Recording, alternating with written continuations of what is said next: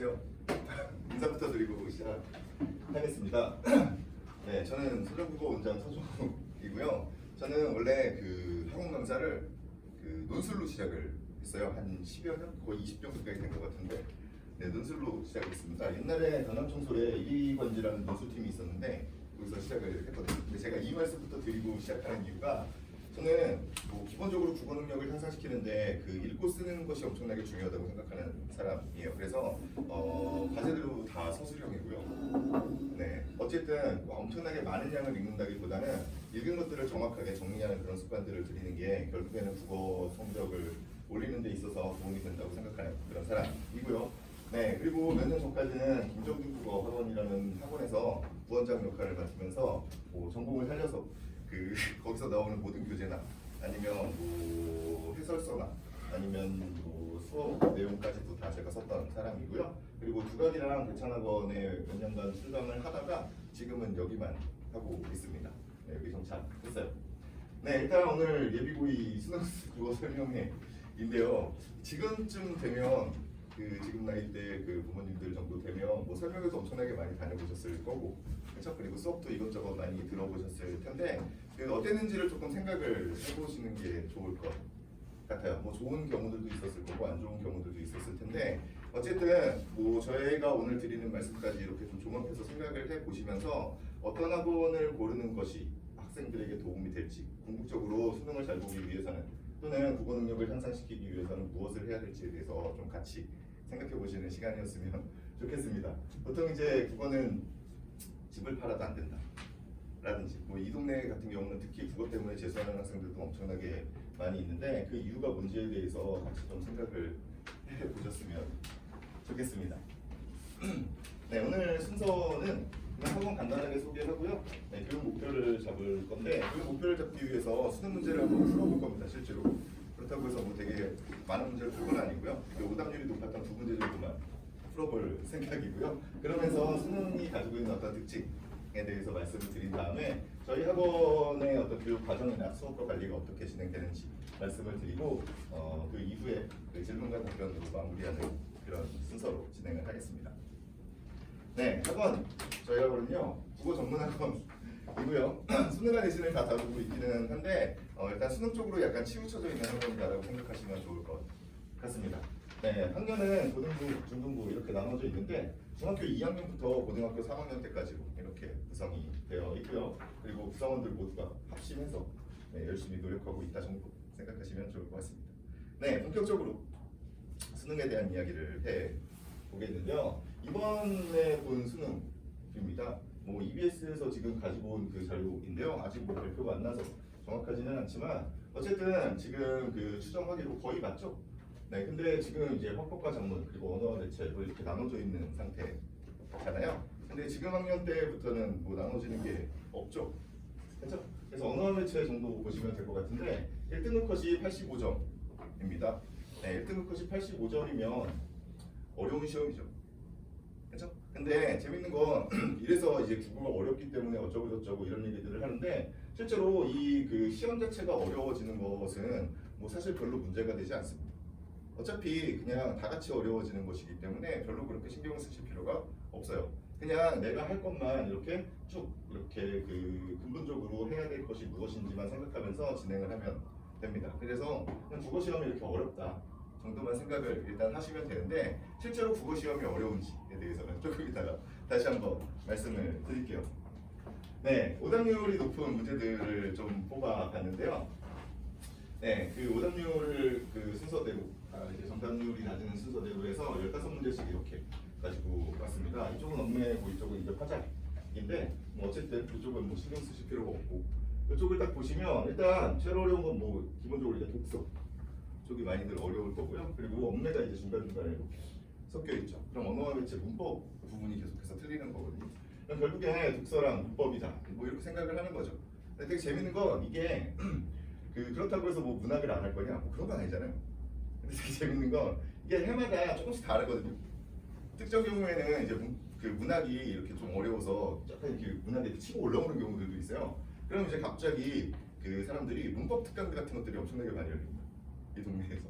그래서 그 문법이 문학이 한동안 막 되게 유행을 하다가 또 이제 뭐 그 독서 얘기가 이제 독서는 계속해서 어려웠어요. 항상 어려웠던 것이기 때문에 독서에 대해서는 또 말도 많고 탈도 많고 뭐 이런 식으로 진행이 되고 언어와 매체 맨날 그놈의 문법.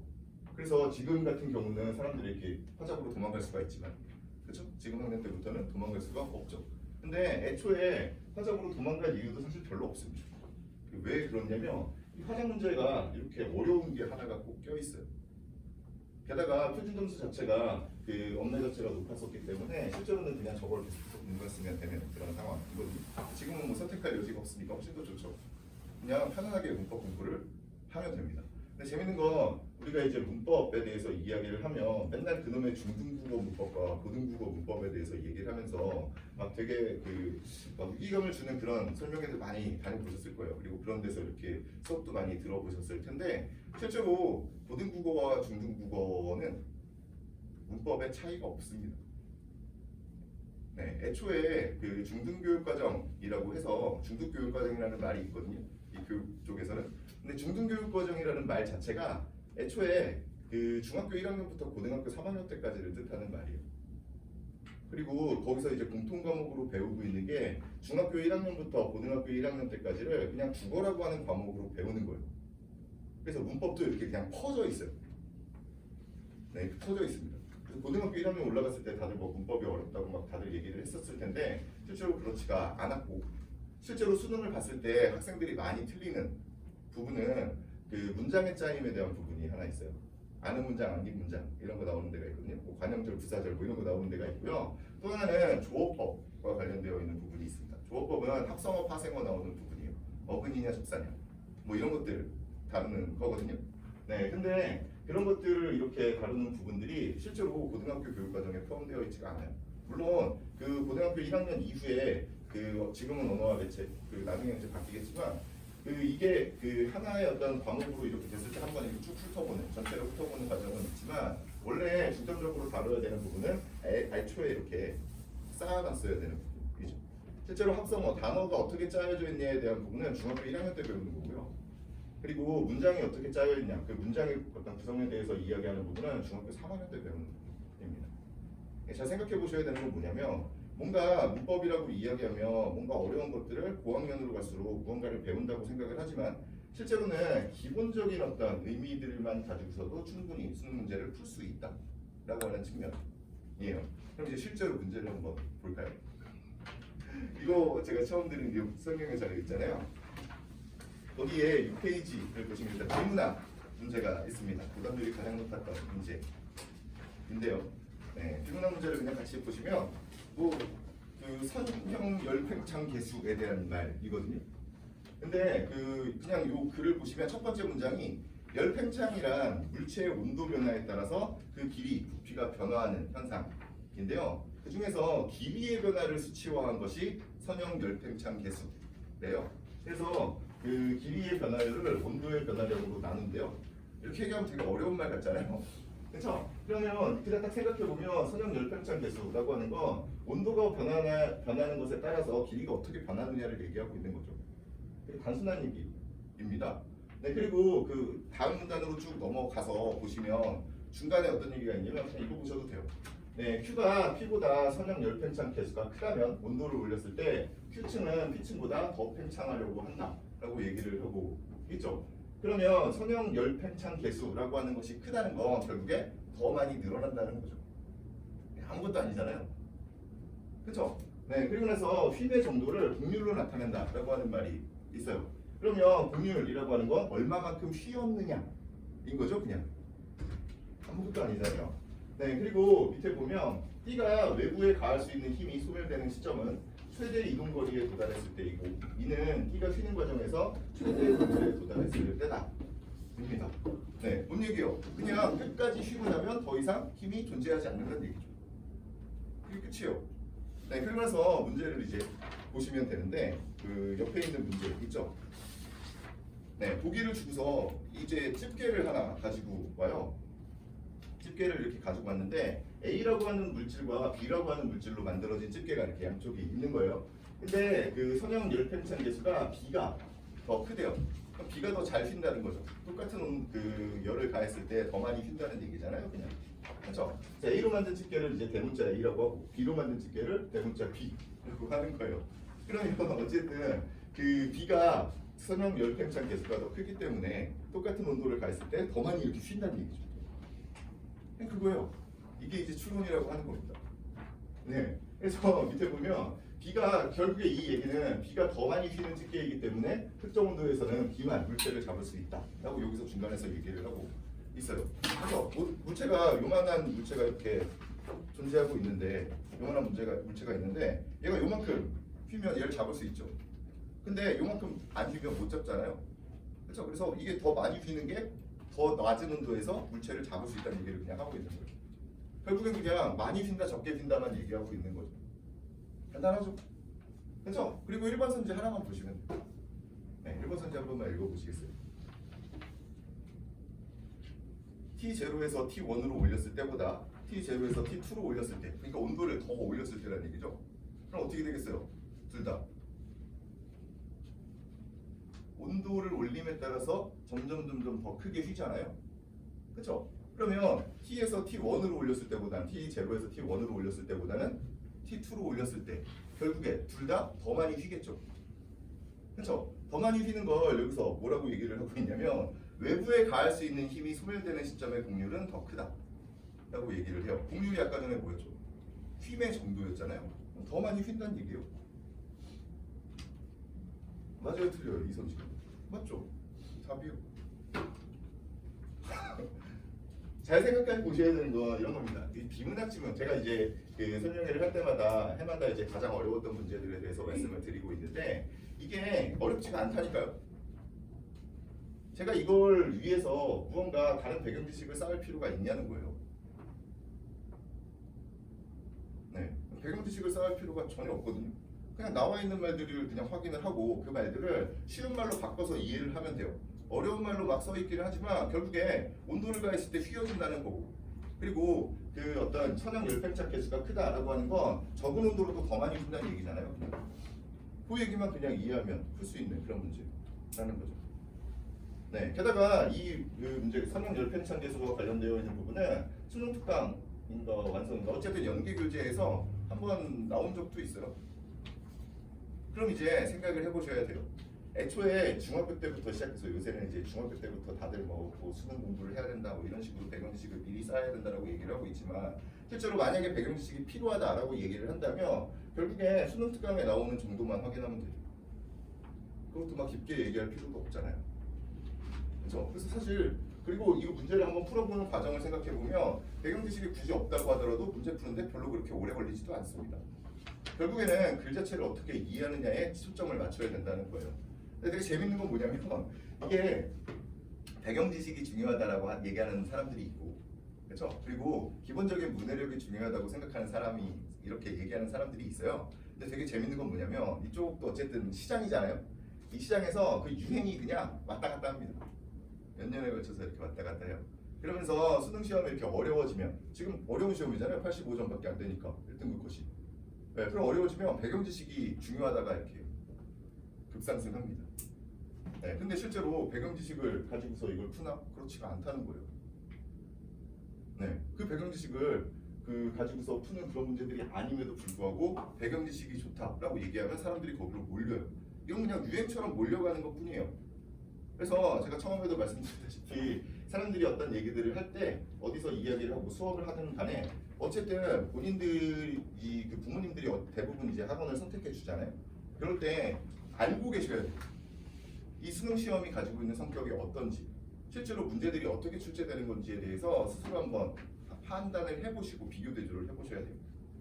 게다가 그 배경 지식이 만약에 필요하다, 그냥 제가 다 그냥 100번 양보를 해서 배경 지식이 필요하다고 가정을 해봐도 이게 논리적으로 말이 안 되는 게 무슨 얘기냐면 배경 지식이 필요하면 만약에 이제 뭐 과학 지식이 필요하거나 아니면 뭐 이제 경제 지식이 필요해요.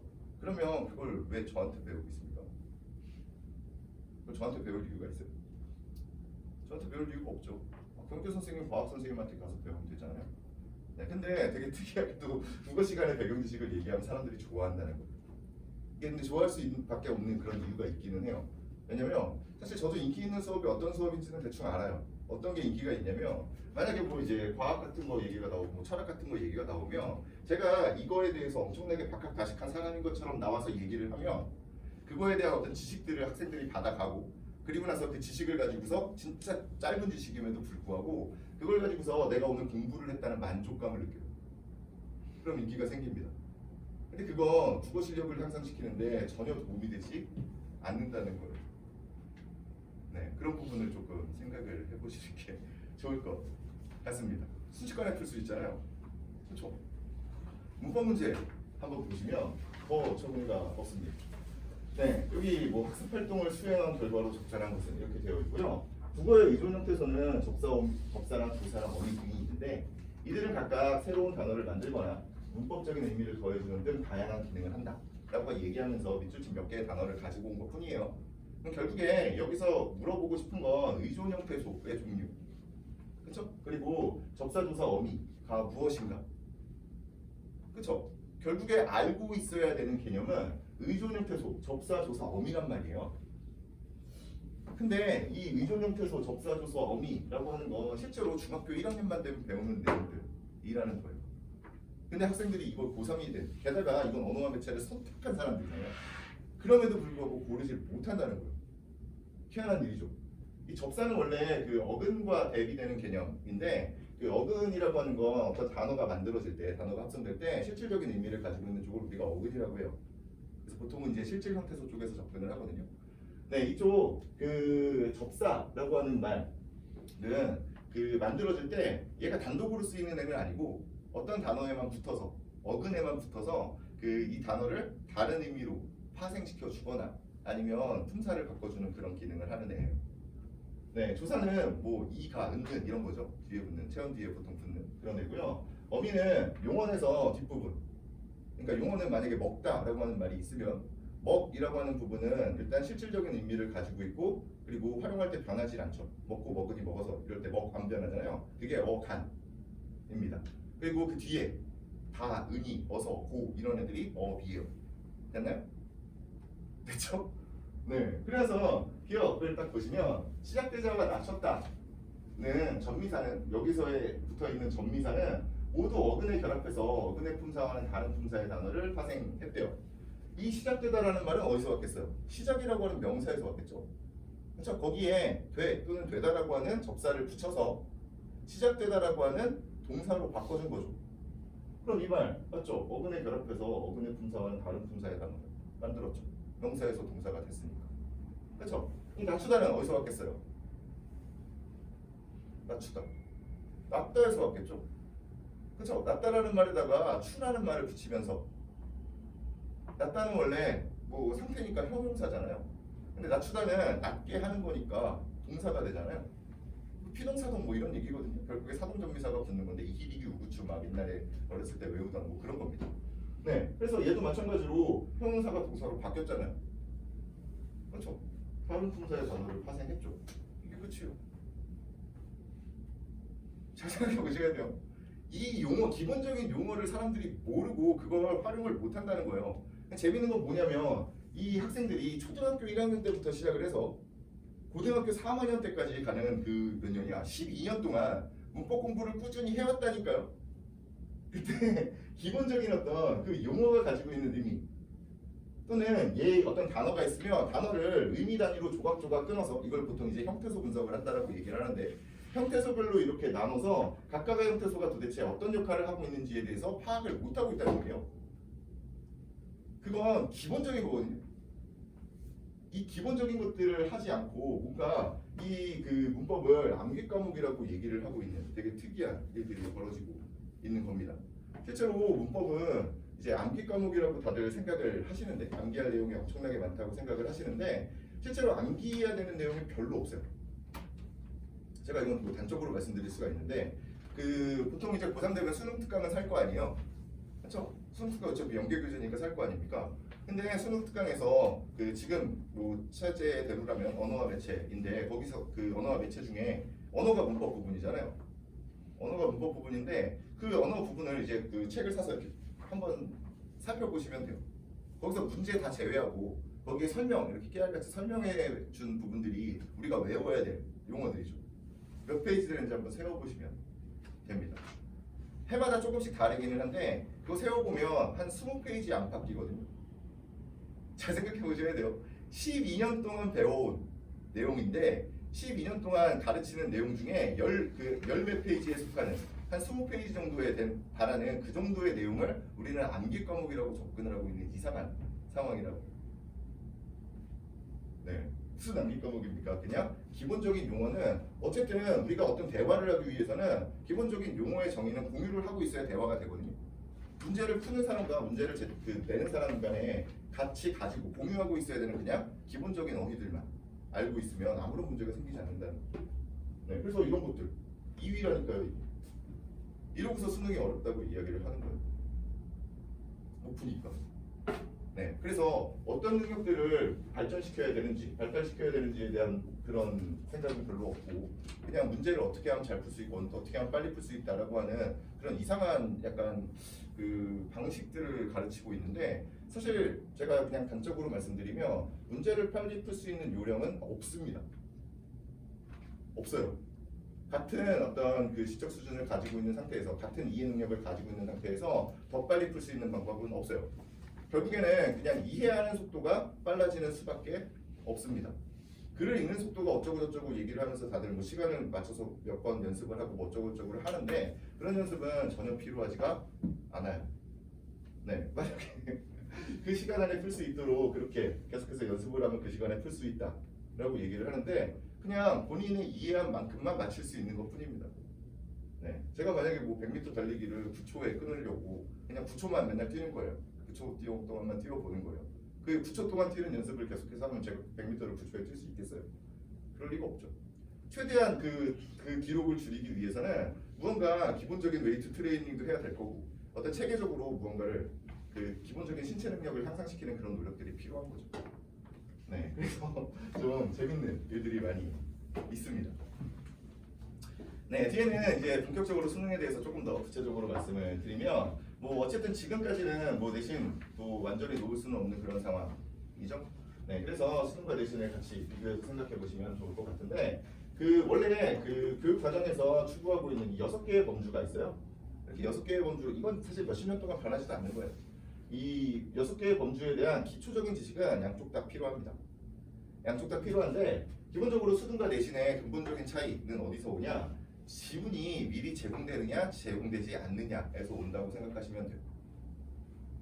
그래서 그 수능 같은 경우는 미리 제공되지 않는 처음 보는 지문을 가지고 오기 때문에 그 선지를 쓸 때 그 지문 안에서 답을 찾을 수 있는 그런 내용으로만 선지가 구성될 수밖에 없어요.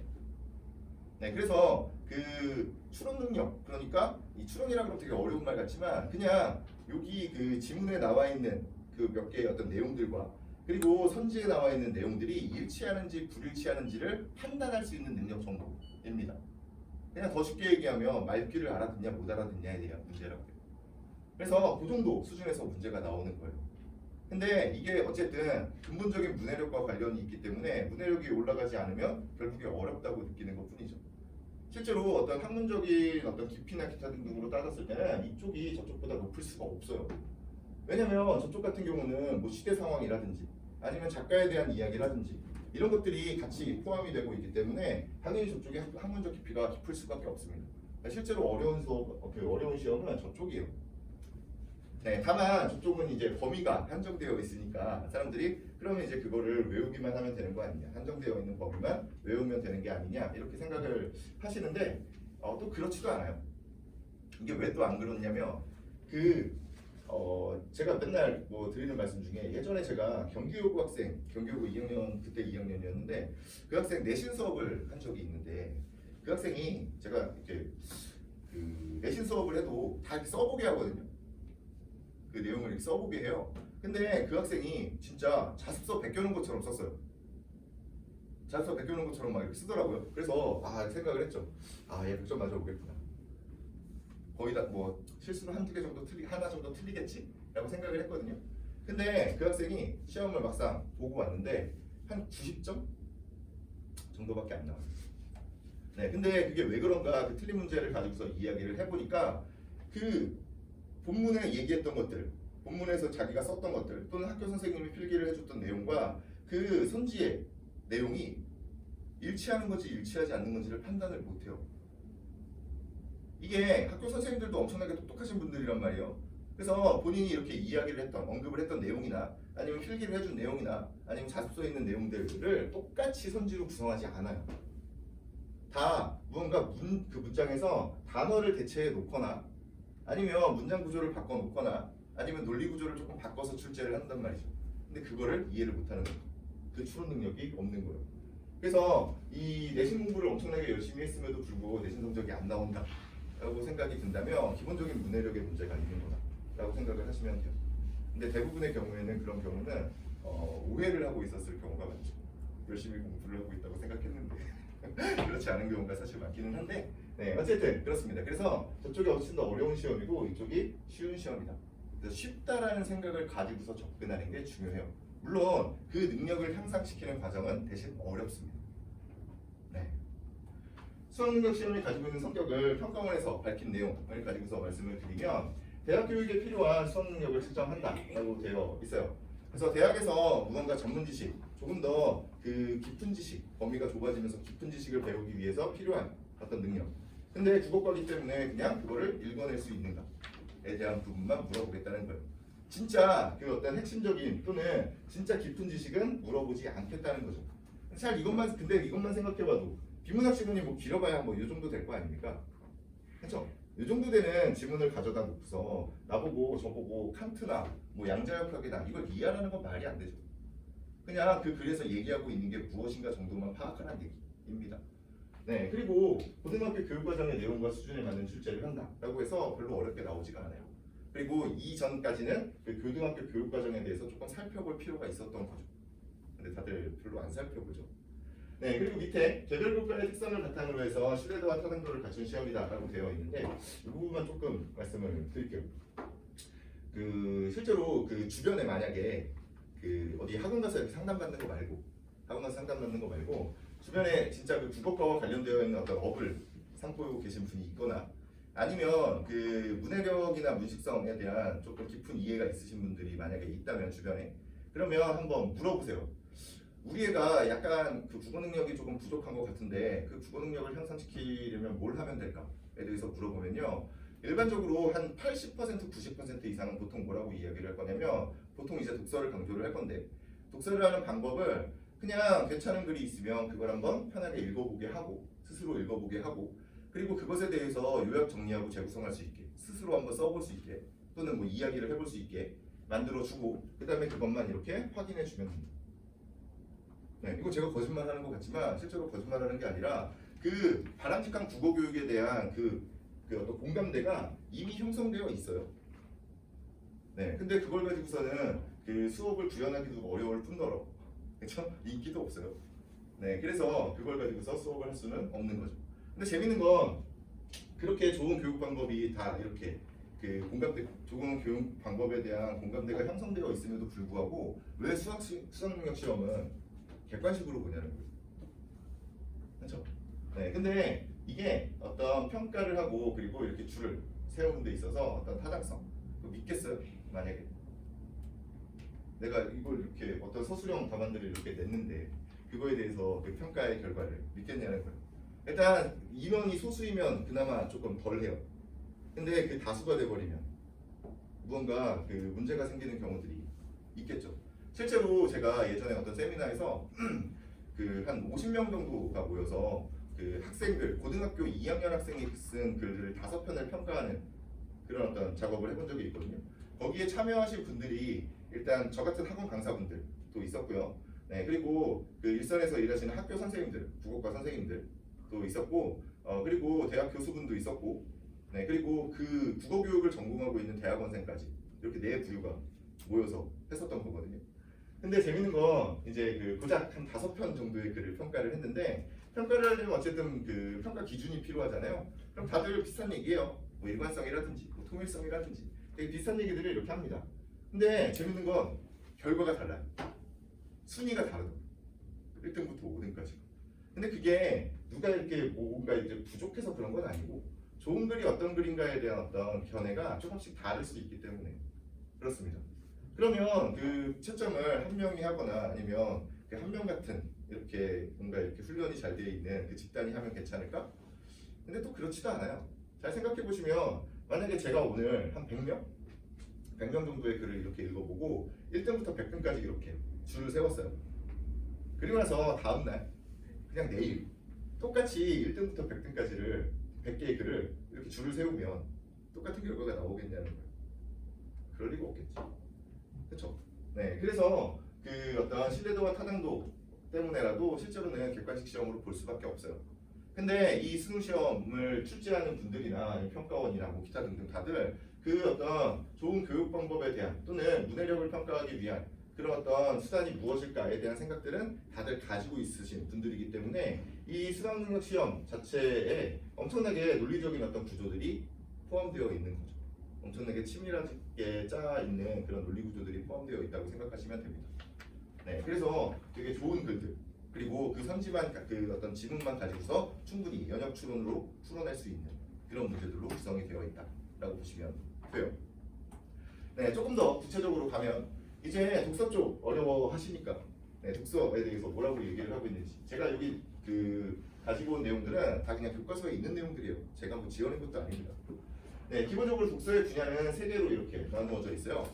인문예술, 사회문화, 과학기술을 한 덩어리씩으로 이렇게 묶어서 이렇게 나오고 있거든요. 네, 이거 딱 보시고 공통점. 이 세 개의 공통점이 뭘까요? 네, 비판적으로 이해한다. 또 뭐 있죠? 네, 재질이 담긴 있죠. 그러면 재질이 담긴 어떤 내용을 비판적으로 이해만 하면 되는 거거든요. 간단하죠. 독서는 그냥 그렇게 접근하면 돼요. 그럼 이제 비판적 이해가 뭔지에 대해서 한번 생각을 해볼게요. 여기 지금 뭐 비판적 이해, 비판적 사고라고 하면 그 사고 방식과 관련되어 있는 이론은 그게 있고요. 읽기와 관련되어 있는 이론은 읽기로 이렇게 바뀌어서 그냥 똑같은 이론이 그냥 있다고 생각하시면 돼요. 그럼 이제 비판적 읽기의 범주에서 뭘 파악해야 되는지를 보면 관점이나 내용 그리고 표현 방법, 의도나 신념 같은 것들을 파악을 하면 된대요. 네, 근데 이거 잘 보시면 어쨌든 어떤 내용들이 포함되어 있는 거냐면 이 관점이나 내용이나 의도나 신념 같은 경우는 결국에 중심 내용이나 주제로 귀결이 되죠. 그렇죠? 네, 그리고 이 표현 방법이라고 하는 건 글의 구조나 전개 방식과 관련이 있는 얘기잖아요. 이걸로 구현되는 거니까. 그렇죠? 그러면 결국에 우리가 해야 되는 그런 일들은 가장 기본적으로 해야 되는 일들은 저 사실적 읽기의 측면을 강조를 해야 되거든요. 결국에 그 수능 시험에서 요구하는 바가 딱히 뭐 다른 것들도 아니고 그냥 요 내용들을 파악하는 것 뿐이기 때문에 그래요. 그래서 요 사실적 읽기만 하면 되는데 사람들이 약간 이 사실적 읽기는 그 누가 못해 그냥 받아들이면 되지 사실적으로 이렇게 받아들이면 되지. 근데 비판이나 추론이다 이렇게 얘기하면 되게 어렵다라고 생각을 하거든요. 근데 실제로 그렇진 않아요. 그냥 이렇게 가슴에 손을 얹고 한번 이렇게 생각을 해보시면 나는 어떤 글을 읽을 때 무언가 나의 배경 지식이나 아니면 가치관 같은 것들을 다 배제한 채로 일단 글 자체를 사실적으로 받아들이고 그 다음에 배경 지식이나 가치관 같은 것들을 개입해서 생각을 하는지 그렇지가 않거든요. 대부분의 경우에는 본인이 알고 있는 내용이나 아니면 나의 어떤 성향에 따라서 애초에 어떤 글을 읽을까부터가 선택이 돼요. 그냥 온전히 사실적으로 읽는 그런 어떤 습관들을 가지고 있는 사람은 거의 없습니다.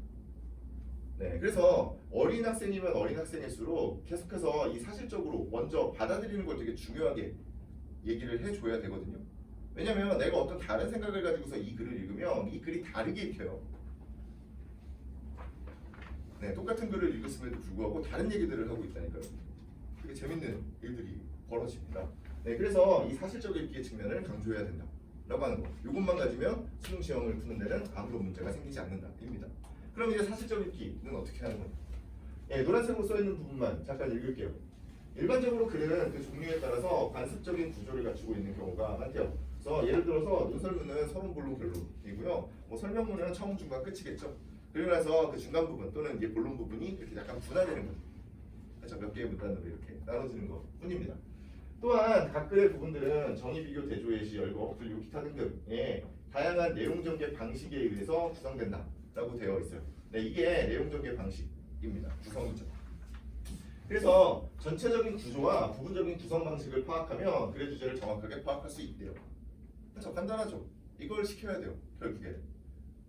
그렇죠. 그래서 사람들이 보통 이제 구조독해다라고 이야기하는 경우들 있잖아요. 그 구조독해가 뭘 가지고서 그걸 이제 뭔가 대단한 방식인 것처럼 얘기를 하는 거냐면 사실 여기 뭐 정의비조 대시 뭐 대조 예시 열거 이런 것들 있잖아요. 이런 게 나오면 그냥 본인들만의 어떤 기호를 가지고서 그걸 이제 그걸로 이렇게 체크를 해라. 뭐 예시면 뭐 밑줄을 치고 뭐 정의면 뭐를 가로를 치고 뭐 이런 식으로 이제 가르치는 것 뿐이거든요. 네, 근데 그건 뭐 딱히 나쁘지는 않은데 그냥 본인이 그냥 밑줄이나 동그라미 네모 정도면 충분히 밑줄 긋는 것들은 본인들이 이렇게 본인이 정해서 하는 게 사실 가장 좋습니다. 근데 어쨌든 그렇게 하면 된다는데요. 밑에 한 줄만 더 읽을게요. 글 전체를 완전히 이해하려면 읽은 내용을 자신의 말로 요약하면서 종합하거나 재구성할 수 있어야 된다. 됩니다. 끝났죠. 애초에 목표가 정해져 있고요. 공감대가 이론으로도 나와 있고요. 사람들 간의 공감대도 형성되어 있고요. 어떻게 하면 그 어떤 사실적 읽기의 능력 또는 그 글을 읽어내는 능력을 키울 수 있는가에 대한 답이 사실은 다 나와 있는 거예요. 다만 그 길이 너무 힘들고 귀찮으니까 안 하는 것뿐이죠. 네. 그래서 어떤 교육을 시킬까에 대해서 생각을 해보실 때 이건 뭐 저희 학원을 보내셔도 상관없고 혼자 공부를 해도 아무 상관이 없어요. 혼자 공부를 하더라도 그냥 요새 이제 공부하는 패턴들을 학생들의 공부하는 패턴들을 보면 뭐 학원에서도 뭐 매주 한 회 어떤 모의고사를 준다거나 아니면 그 매일 3개씩 푸는 그런 어떤 책들을 풀고 있죠. 근데 그게 그 제가 사실 되게 싫어하는 것 중에 하나가 그 매일 3개씩 푸는 책이거든요. 네, 되게 싫어하는데 그 이유가 그걸 다 소화하지 못하기 때문에 그래요. 매일 3개씩 풀면. 이걸 단적으로 제가 말씀을 드릴 수가 있는데 그 수능이나 아니면 6월 9월 평가원 같은 것들을 보잖아요. 그러면 이제 1타 강사 분들이 이렇게 나와서 총평을 하거든요. 총평을 하면서 뭐 수고하셨습니다부터 시작해서 오늘 무슨 문제들이 조금 어려웠죠. 뭐 이런 얘기들 하면서 되게 간단하게 이야기를 해요. 그날 바로 그 전체에 대해서 구체적으로 수업을 하는 사람이 없어요. 그게 무슨 얘기겠어요?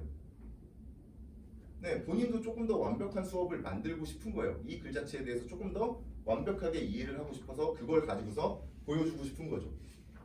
1타 강사들도 못한다니까요. 그걸 진짜 내가 완벽하다라고 얘기할 수가 없어요. 그래서 약간 이제 치기 어린 선생님들이 보통 많이 그런 수업들을 진행을 하는데 가끔 보면 이렇게 오류가 있는 경우들이 생각보다 되게 많아요. 반대로 생각을 해보시면 학생들이 만약에 매일 3개씩의 비문학이나 매일 3개씩의 문학 그리고 매일 3개씩의 문법도 있나? 잘 모르겠는데 거기까지. 근데 어쨌든 그런 류의 책들을 이렇게 풀고 있다라고 생각을 하시면 매일 3개씩 문법이나 그 문학이나 비문학을 풀었으면 거의 모의고사 하나를 다 푼 거예요. 그걸 요약하고 정리하고 재구성하고 머릿속으로 정리할 시간이 없다고요. 애초에. 그냥 문제만 풀고 넘어가는 거죠.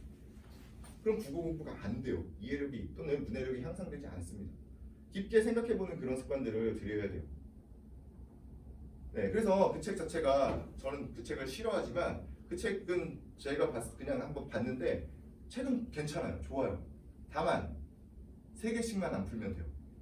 해설도 엄청나게 잘 돼 있고 친절하게 뭐 깔끔하게도 편집도 되어 있고 해서 그냥 하루에 하나 뭐 일주일에 2-3개 요 정도 푸는 선에서 그 책을 활용하면 훨씬 더 좋을 것 같아요. 3개씩 풀 이유가 없죠. 재밌는 건 이 3개씩 풀라고 이렇게 하고 있기 때문에 또는 이제 뭐 다른 출판사들도 다 똑같은데 그렇기 때문에 이제 문제가 없잖아요. 더 이상. 그래서 1, 2학년 그 학년평가를 가지고 문제집이 또 나오는 거예요. 실제로 그 모의고사 문제집 같은 경우는 불과 몇 년 전까지만 해도 고3, 그 6월, 9월 그리고 수능 요 3개의 시험만 가지고서 그 어떤 모의고사 문제집들이 나왔어요. 지금은 어때요? 1학년은 1학년 걸 풀고 2학년은 2학년 걸 풀고 이렇게 되고 있잖아요. 그냥 만약에 그런 책들을 활용을 하시려면 그냥 3학년 거를 가지고 오세요. 3학년 거. 그 6월, 9월 평가원에서 나오는 시험들 6월, 9월 그리고 11월 그 수능까지 요걸로 묶여있는 책을 가지고 오시고 그걸 아예 반복해서 보시는 게 좋아요. 그게 훨씬 더 도움이 됩니다. 네, 그래서 그렇게 공부를 조금 시켜주셨으면 좋겠습니다. 네, 다음 이제 더 어려워하시는 문법인데요. 이 표는 그 문법을 처음 배우면 나오는 품사표예요. 명사, 대명사, 수사 이런 것들 있잖아요. 그 표거든요. 네, 근데 되게 재밌는 게 이게 이렇게 제가 이걸 다 지워요. 빈칸으로 다 만들어 놓고 중학교 2학년과 중학교 3학년한테 이렇게 두 학년한테 이걸 한번 채워봐라 라고 얘기를 하잖아요. 그럼 누가 더 잘 채울까요? 네, 약간 질문의 의도가 좀 보이는 그런 질문이죠. 중학교 2학년이 더 잘 씁니다. 이게 왜 그럴까요? 네, 배운 지가 얼마 안 돼서 그래요. 중학교 1학년 과정에서 배우는 내용이기 때문입니다. 이게 그냥 우리가 웃어 넘길 수 있는 얘기일 수도 있는데 실제로 이게 엄청나게 큰 문제예요. 왜 그러냐면 학생들은 그냥 어떤 문법 용어를 익숙하게 이걸 우리가 일상생활에서 사용하기 위해서 배우는 것이 아니라 또는 그걸 그렇게 익숙하게 만들어 놓는 것이 아니라 그냥 시험 볼 때 그냥 요 그림을 그냥 그림 하나 외운다라고 생각하고 외우고 있다는 겁니다.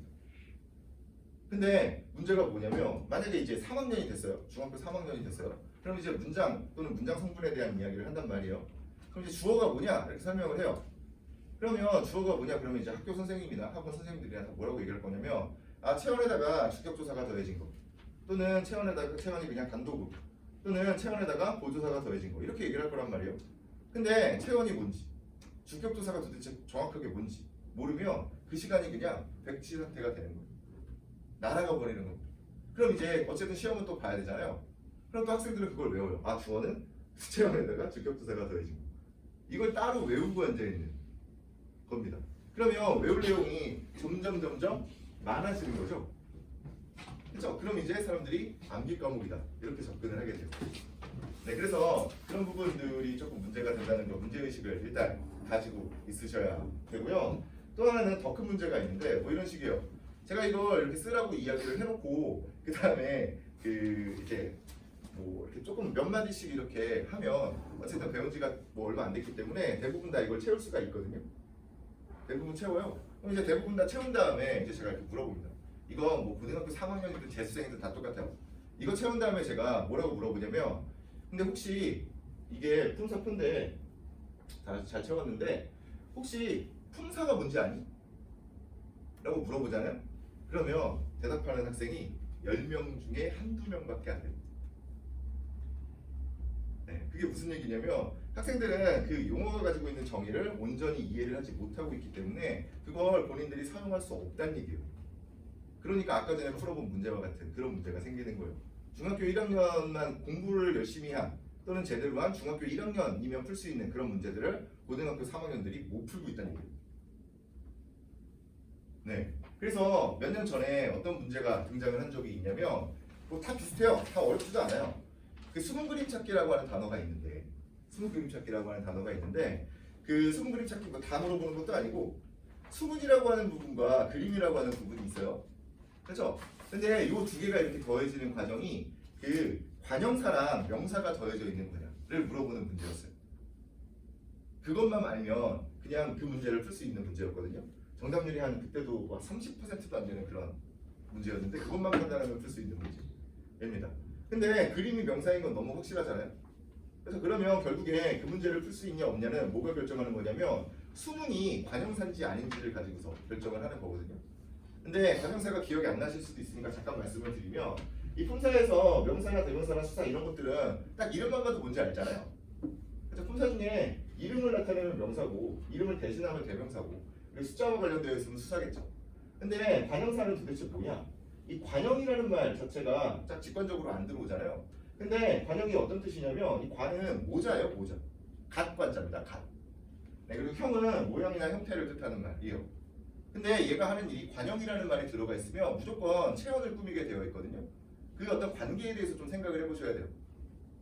이 모자는 지금 현대인들은 보통 이제 패션 아이템으로 보통 쓰는 거지만 실제로 옛날이나 뭐 군대 같은 데 가보면 이 모자가 뭘 드러내냐면 이 사람의 지위나 신분을 드러내는 거예요.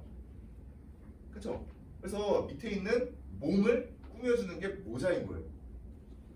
됐나요? 그래서 관형이라는 말이 들어가면 일단 꾸며주는 겁니다. 됐죠? 그럼 이제 다시 제가 질문을 드릴게요. 수문은 관형사일까요? 아닐까요? 그럼 이제 사람들이 수문이 뒤에 있는 그림을 꾸미고 있었으니까 관형사일 수도 있겠다라는 생각을 해보실 수가 있잖아요. 그렇죠? 근데 지금 이런 그 생각을 하시는 분이 있으실 거예요. 이걸 조금 더 쉽게 좀 뒤에서 말씀하시는 것처럼 이렇게 접근을 해보면 우리는 모국어 사용자잖아요. 그렇죠? 근데 제가 만약에 수문이라는 단어를 몰라요. 수문을 몰라서 국어사전을 찾아보고 싶단 말이에요. 응. 그럼 이제 국어사전, 수문 단어에 찾아서 좀 저한테 알려주시겠어요? 하면 뭘 찾으실 거냐는 거예요. 당연히 숫자를 찾으시겠죠. 누구나. 이거 뭐 어린애들이든 나이가 많은 사람이든 아무 상관이 없다니까요. 근데 이 표를 사람들은 그냥 이렇게 외워놓기 때문에 그 학생들의 사고방식이 어떻게 되어 있냐면 아 내가 외워놓은 관형사 중에 이게 있나? 수문이라고 하는 단어가 있나? 또는 수문이라고 하는 단어가 관형사가 맞나 아닌가를 그냥 내가 알고 있는 그 지식 수준에서만 이렇게 끄집어내려고 시도를 하고 있는 거예요. 근데 실제로는 그냥 별게 아니죠. 그리고 이 표를 조금 더 넓게 봐야 돼요. 얘가 관형사면 얘는 꾸며주는 말 수식어에 속해요. 그리고 이 수식어는 불변어, 형태가 변하지 않는 말에 속해요. 네, 그리고 얘네들은 무조건 단어예요. 이렇게 들어가는 거거든요. 그럼 어디서 포인트가 되겠어? 어디가 포인트가 되겠어요? 불변어가 포인트가 되겠죠. 형태가 변하지 않아야 관형사인 거죠. 그렇죠? 그러면 수문이라고 하는 말은 숨다라고 하는 기본형을 가지고 있고 수문, 수문이, 숨어서 이와 같이 활용을 하니까 형태가 변한단 말이에요. 얘가 동사인지 형용사인지를 구별을 못해도 아무 상관이 없어요. 그냥 관형사가 아니다만 판단하면 풀 수 있는 문제라는 거죠. 오늘 푼 문제들 마찬가지고 그 문제도 마찬가지고 계속 거의 그 수능을 보면 1, 2위를 다투는 문제라니까요. 근데 결국에 이것과 관련되어 있는 지식 수준은 어디에? 중학교 1학년 수준만 되면 풀 수 있는 문제라니까요. 그래서 기초적인 용어들에 대해서 얼마만큼 익숙해서 있고 그걸 얼마만큼 사용하고 그리고 내가 어느 정도 적용을 할 수 있느냐가 결국에 문법 성적을 결정하는 거라고 생각하시면 됩니다. 근데 어쨌든 이 문제가 나왔을 때 그 학원 강사 어떤 이제 재수 종합반의 어떤 학원 강사 분이랑 저랑 이제 술 마시면서 얘기를 좀 해봤는데 막 엄청나게 분개를 했거든요. 그 선생님이.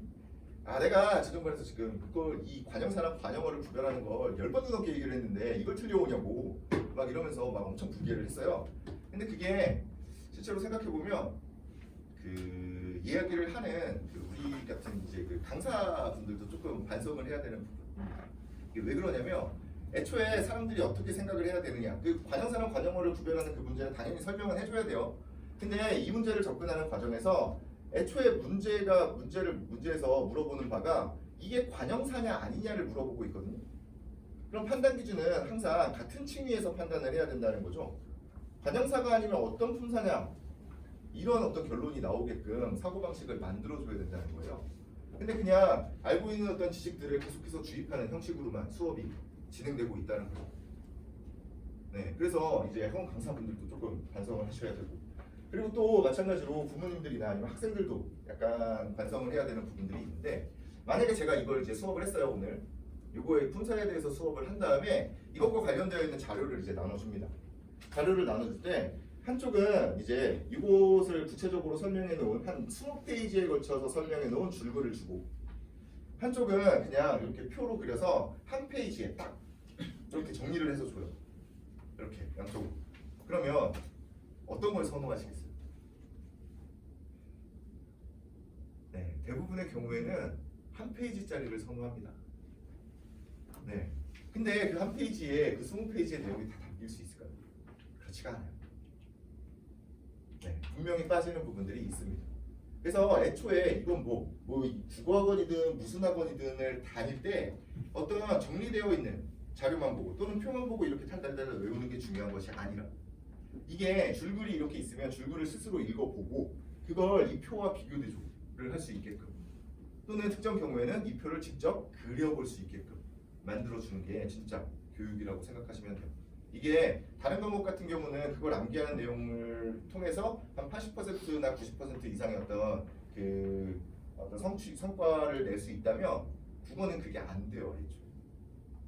방금도 말씀드리고 있지만 이거 못 외우는 학생 거의 없다니까요. 이건 대부분 다 쓸 수 있어요.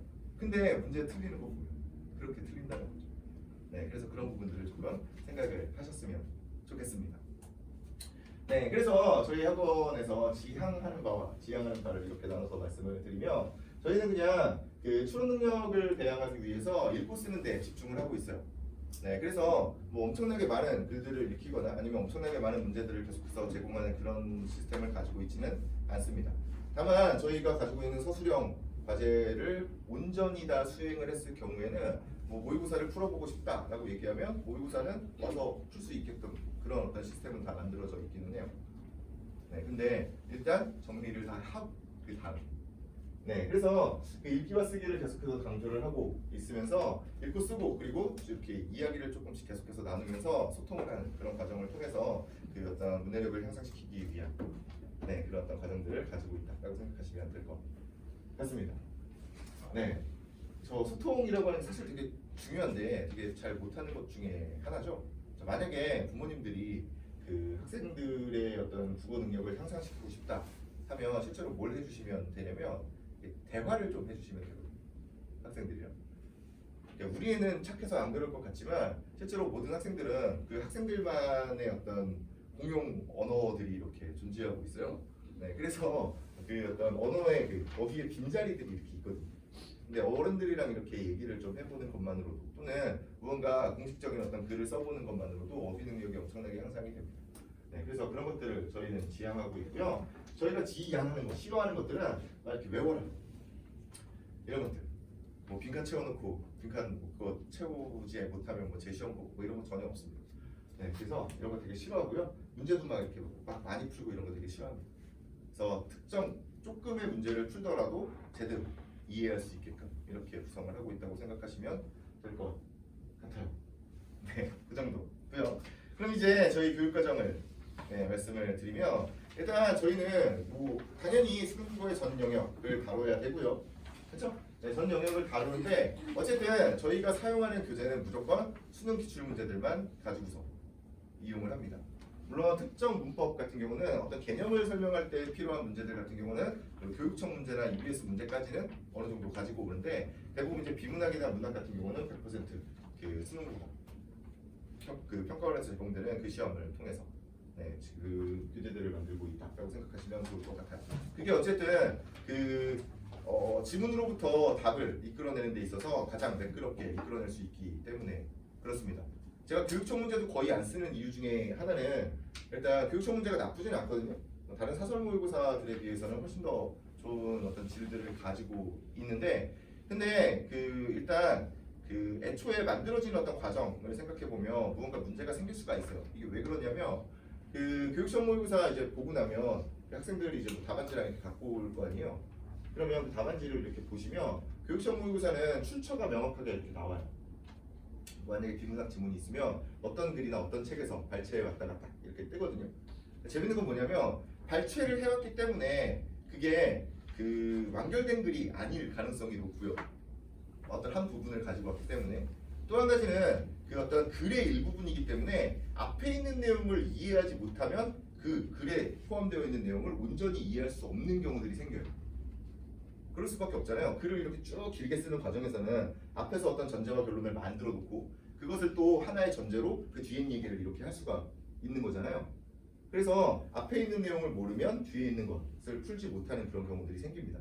항상 그렇진 않지만 가끔 생겨요. 근데 이제 그런 것들, 그런 문제들을 이렇게 계속해서 보다 보면 아 이거 배경지식이 필요하구나라는 생각이 들어요. 그래서 글에 이렇게 집중하기보다는 배경지식에 이렇게 집중하는 그런 이상한 일들이 생깁니다. 읽기 습관이 조금 흔들릴 수가 있어서 그래서 아까 전에 모의고사 문제집을 사서 풀 때도 최대한 수능 기출 문제들 더 과거 거도 상관없으니까 그걸로 풀어보는 게 좋다는 말씀을 드린 거예요. 수능 기출 문제는 실제로 가서 쓰는 거거든요. 그 글 자체를 완결성 있게 시험 출제하시는 분들이 그래서 그쪽을 이용하는 게 좋을 것 같다. 그래서 저희는 수능 기출 문제만 사용한다. 그리고요, 그 정규반과 특강 안으로 구성되어 있는데요. 뭐 중학교 2학년부터 고등학교 3학년 때까지 1년씩 이렇게 쭉 가는 1년을 하나의 어떤 덩어리로 이렇게 커리큘럼을 진행하는 정규반이 있고요. 특강은 문법과 고전 시간만 특강이 있습니다.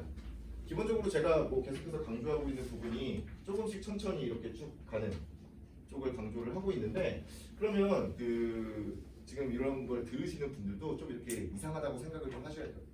학원에 가서 얘기를 한다고 그냥 무조건 받아들이지 마시고 쟤 되게 이상하네. 아까 전에 이렇게 천천히 간다고 얘기하고서 얘는 무슨 얘기냐 라고 얘기를 하시는데 일단 국어과 교육과정이 끝난 과정이기 때문에 한번 정리하고 싶다 라고 생각하는 사람들만 들으면 돼요. 네, 사실 정규반을 듣는 사람들에게는 추천드리지 않습니다. 안 듣는 게 더 나아요. 어차피 정규반 커리큘럼에 다 포함되어 있고 그걸 천천히 이렇게 익숙해질 수 있도록 이렇게 만들고 있기 때문입니다. 실제로 이쪽은 고3을 대상으로 하고 있는 거라고 생각하시면 돼요. 네, 어쨌든 이렇게 구성이 되어 있고요. 뭐 커리큘럼은 되게 단순합니다. 문법은 그 1년을 기반으로 해서 1년 동안 그 모든 것들을 다 봐주게끔 한 바퀴를 돌릴 수 있도록 이렇게 구성을 하고 있는데요. 어쨌든 고2 같은 경우는 1년 뭐까지 갈 것도 별로 없습니다. 그래서 한 여름 정도 되면 이제 끝나는 그런 구조라고 생각하시면 돼요. 그 다음에 이제 실전 문제풀이 이렇게 넘어간다고 보시면 되는데요. 이 겨울에 한 12회에서 13회 정도가 나오는데요. 그 기간 동안은 문법 쪽은 품사와 문장에 대한 이야기들을 할 거예요. 요거에 대한 어떤 기본적인 어떤 지식들이 반드시 필요하기 때문에 그렇고요. 문학 같은 경우는 갈래별로 이렇게 나눠서 이야기를 할 겁니다.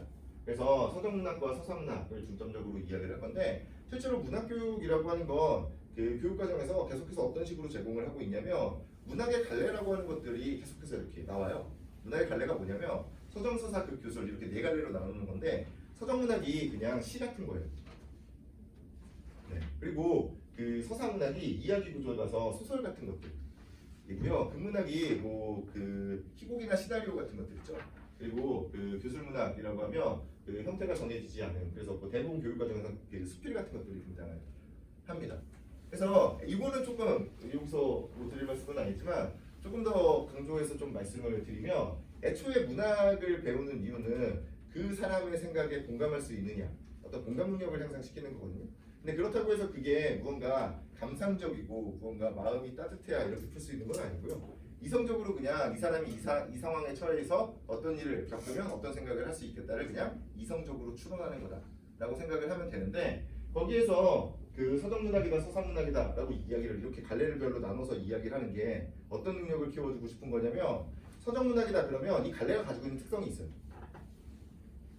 운율을 가지고 있다거나 그렇죠? 뭐 아니면 뭔가 이제 그 함축적인 언어를 사용을 한다거나 기타 등등 뭐 이런 것들이 있잖아요. 뭐 이미지, 감각적 이미지를 통해서 뭘 한다거나 이런 것들이 있어요. 그러면 그 어떤 질문을 하는 것들이나 아니면 학교에서 기타 등등에서 필기하는 내용들이 다 뭔지를 유심히 보시면 그게 뭐냐면 이 갈래가 가지고 있는 전형적인 특성을 이 어떤 개별 작품이 온전히 가지고 있느냐 어떤 특성을 가지고 있느냐를 물어보고요. 또 반대의 경우도 물어보게 되어 있어요. 반대의 경우는 뭐냐면 얘는 분명히 서정문학에 속하는 A임에도 불구하고 얘는 왜 운문이 아니라 산문이지? 이런 것들 있죠. 네, 그래서 뭐 산문시다, 이야기시다 이런 것들이 이제 선지로 등장하고 보기로 등장을 하는 거라고 보시면 돼요. 제가 이 말씀을 드리는 이유를 잘 생각해 보셔야 돼요. 문학을 어떻게 접근하셨는지. 무조건 어떤 대표적인 작품들을 100개씩을 섭렵을 해야 된다. 이런 식으로 접근을 하셨을 거라고요. 그런 게 아니라니까요. 문학은. 각 갈래가 가지고 있는 특성은 아까 전에 문법 기본 용어들처럼 그냥 다들 들으면 아는 얘기들이에요. 그걸 활용하지 못할 뿐입니다. 시적화자 모르는 사람 없어요. 서리법, 대꾸법 모르는 사람 없어요. 그냥 그 문학 개념어라고 이야기하는 것들도 실제로는 그냥 기본적인 어휘로 다들 받아들이고 있는 것들이라고. 근데 어디에 포인트를 두고 감상을 해야 될 것이냐에 대한 부분만 확인을 하면 됩니다. 그래서 각 갈래가 가지고 있는 특성 그리고 개별 작품들이 가지고 있는 그 어떤 얼마만큼 그 특성을 반영하고 있는지 그런 것들을 계속해서 강조하면서 문학을 할 건데 겨울 동안에는 서정문학과 서사문학, 현대문학과 고전문학을 합쳐서 이렇게 진행을 할 거고요. 네, 특서 같은 경우는 아까 전에 말씀드린 그 세 개의 범주로 이야기를 할 건데 인문예술 쪽을 처음에 조금 더 길게 얘기를 할 거고요. 그 다음에 사회문화나 과학기술은 조금 더 짧게 진행을 할 거라고 보시면 됩니다. 네, 그리고 뒤에 이 고전 시간은 여기 뭔가 겹치는 것 같은데 라고 생각을 하시겠지만 이쪽은 그냥 하루에 그 한 일주일 그 숙제로 나갈 때 그냥 시조 같은 거 쉬운 것들 있잖아요. 그냥 한두 편씩 이렇게 던져주는 거거든요. 이건 그냥 읽어봐라의 개념이라고 생각하시면 돼요. 이게 그 고전문학이 또는 특히 고전 시가가 사람들은 막 외계어로 써 있고 막 너무 다 외워야 되니까 힘들다라고 생각을 하시는데 실제로 그렇지가 않아요. 애초에 교육과정 자체를 이제 고등학교 1학년 다 지나온 게 맞죠? 그쵸? 거의 다 지나왔잖아요. 그럼 이제 그 교육과정이 어떻게 짜여져 있었는지를 잘 생각해 보시면 대부분 2학기가 되면 이제 교과서를 기준으로 학교마다 좀 다를 수 있는데 교과서를 기준으로 보면 그 중세국어 파트가 이제 문법 쪽에 나가거든요. 2학기가 되면. 그리고 나서 그 2학기가 되면 이제 사람들이 어려워하는 것 중에 하나가 문학 부분에서 가사 작품이 나와요. 원래 교과서에 가사 작품이 뭐냐면 관동별곡이나 삼이인곡 같은 것들 있죠. 그 시조랑 비슷하게 생겼는데 엄청나게 긴 애들이 나온단 말이에요. 그럼 이제 그걸 외우려고 생각을 하니까 시조별판 외우다가 이제 그걸 외우려고 생각하니까 이제 머리가 막 핑핑 돌면서 막 미쳐버리겠는 거죠. 근데 실제로 교육과정에서 목표로 하고 있는 바가 뭐냐? 기본적인 어떤 중세국어 지식을 바탕으로 해서 그걸 읽어내라는 거거든요. 그 어떤 그 교육과정에서 요구하고 있는 바를 수능시험에서는 온전히 반영을 해줍니다. 그래서 진짜 어려운 한자어 같은 것들 있잖아요. 그런 것들은 밑에 주석으로 줘요. 네, 그리고 주석으로 안 주면 그냥 그 문제를 낼 때 지문에서 현대어로 바꿔서 써줘요. 네, 그리고 뭐 고사 같은 것들 어려운 것들 있으면 주석으로 주거나 보기에 등장을 합니다. 기본적으로 어느 정도까지만 읽어내라 라고 하는 게 수능시험이 가지고 있는 특징인데 다들 뭐 시조를 100판을 외우자거나 심지어 가사도 외우고 있는 그런 일들이 벌어지는 거죠. 네, 그래서 이 고전 시간을 제가 다루는 이유는 그냥 이게 우리말이다, 이건 읽어낼 수 있다 라고 하는 것들을 계속해서 강조를 하는 거다 라고 보시면 되고요. 네, 어휘는 엄청나게 강조를 하고 있는 건데 어휘는 무조건 다 찾아오게끔 하고 있습니다. 사실 이 어휘를 가지고서 저한테 가장 편한 방법은 뭐냐면 저한테 가장 편한 방법은 그 어휘 책을 만드는 거예요. 필수 어휘 뭐 이런 거 있잖아요. 책을 이렇게 만들어요. 엄청나게 막 사실 그 수능 기출 문제들 딱 모아서 단어만 추출하면 되거든요. 단어만 이렇게 추출해서 국어에서 누구 찾으라고 이렇게 얘기해도 되고, 네 그렇게 요새는 뭐 챗 GPT로 해도 되고 GPT로 해도 되고 뭐 근데 어쨌든 그렇게 책을 만들면 저한테 엄청나게 편해요. 그리고 나서 책 만들어서 그걸 이제 회차를 뭐 30회, 40회로 이렇게 나눠요. 하나씩 외워와라. 네, 그렇게 얘기를 하고 그 다음에 뭐 그거 그 중에서 한 50개 정도 시험 볼게. 그리고 40개 이하로 맞으면 재시험 볼게. 이게 보통 이제 일반적인 학원에서 사용하는 방식이잖아요. 그럼 저한테 되게 편하거든요. 근데 그게 어휘력 향상에 그렇게 크게 도움이 되지 않습니다. 재밌는 거. 실제로 어휘력 향상에 도움이 되는 건 본인이 읽어보고 본인이 읽어본 내용 중에 포함되어 있던 단어를 본인이 직접 찾아봤을 때 그게 가장 효율적이거든요. 그래서 어휘 숙제가 다 그렇게다가 직접 찾아볼 수 있도록 네, 그런 부분 확인하시면 좋을 것 같습니다. 네, 수업과 관리가 어떻게 되는지 궁금하실 텐데요. 일단 오자마자 시험을 보고 시작을 할 거예요. 이 시험은 두 가지인데요. 제가 드린 자료들 중에 그 공공 3이라고 되어 있는 부분이 있고요. 네, 그리고 그 주관식 시험 3주차라고 되어 있는 게 있어요. 지금 이제 올라오는 학년들 네, 작년에 올해까지 했던 것들을 실제로 샘플로 가지고 왔거든요. 이 공공 3이라고 써 있는 부분은 그 수능 기출 문제들로 객관식 문제들이 구성이 되어 있는 거예요. 문법 문제 몇 문제 있고요. 비문학 지문 있고 문학 지문 있고요.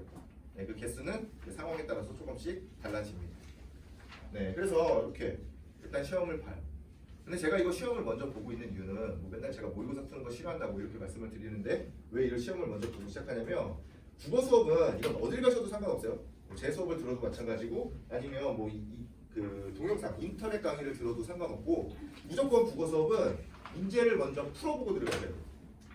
그 사람이 얘기하는 것에 뭐 문학 작품에 대해서 배우면 그 문학 작품을 스스로 먼저 읽어보고 들어가야 돼요. 그게 아니라 이쪽에서 이야기하는 걸 그냥 일방적으로 받아들이는 건 그건 국어 공부로서의 어떤 가치가 전혀 없어요. 그래서 무조건 먼저 풀어보고 들어가야 된다. 요거 무조건 확인을 하시면 좋습니다.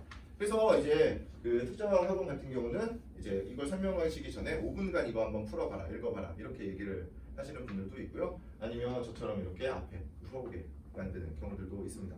그래서 이걸 풀어보는 시간이 있어야 되기 때문에 수업 시간이 3시간 반입니다. 30분이 늘어났어요. 이게 풀어오라 그러면 안 풀어오는 학생들이 너무 많아서 그냥 와서 푸는 걸로 네, 이렇게 진행을 하고 있습니다. 근데 어쨌든 그 한 20문제 정도로 구성이 될 거예요. 20문제 정도로 구성되어 있는 그 수능 기출 문제들 객관식을 풀 거고요. 그리고 그 뒤에 이제 주관식도 있거든요. 주관식은 금방 쓸 수 있어요. 어휘에 대한 부분이라서 뭐 그렇습니다. 네, 그래서 그 이 주관식 시험 같은 경우에는 본인들이 찾아왔던 어휘를 가지고서 시험을 보는 거예요. 그래서 어휘 테스트가 24문제 정도 됩니다. 네, 그리고 뒤에는 문법 용어들이 이렇게 등장하고 있는데 이거 진짜 몇 개 안 되거든요. 문법 용어가 몇 개 안 돼요. 실제로 우리가 익숙하게 써야 되는 용어가 몇 개 안 돼서 이게 계속해서 반복돼요. 몇 가지가. 뭐 어떤 경우에는 품사, 어떤 경우에는 문장 성분, 뭐 어떤 경우에는 어마런, 뭐 특정 경우에는 뭐 자음 체계표. 그래서 몇 가지만 이렇게 왔다 갔다 합니다. 그래서 나중에는 이제 어느 정도 익숙해진 학생들 같은 경우에는 아 이거 너무 쓰기 시간 아깝고 힘들면 그냥 명사면 미음만 써 이렇게 얘기해요. 어느 정도 익숙해지면. 네, 그렇게 익숙해지게 만들고 있고요. 그리고 시조 해석하는 것까지 이렇게 구성되어 있습니다. 네, 그리고 나서 이제 학생들이 문제를 풀고 나면 제가 이제 수업을 하게 되겠죠. 수업은 항상 그 오프라인과 온라인을 동시에 진행을 하고 있어요. 그래서 여기 와서 이제 그 오프라인 현강을 기본으로 하고 있고요. 네, 그리고 네이버 밴드를 이용해서 그 실시간으로도 볼 수 있고요. 그리고 만약에 놓쳤으면 나중에 또는 복습으로도 볼 수 있게끔 이렇게 구성을 하고 있습니다. 네, 점검이나 기타 등등 사항은 조금 더 구체적으로 과제장을 보면서 말씀을 드릴 건데 테스트는 아까 말씀드린 대로 이렇게 두 가지로 구성이 되어 있고요. 네, 그리고 그 수업은 제 그냥 대부분은 외부 지식을 거의 제가 계속해서 말씀드리고 있는데 배경 지식은 대부분 그냥 배제를 하고 시작을 할 겁니다.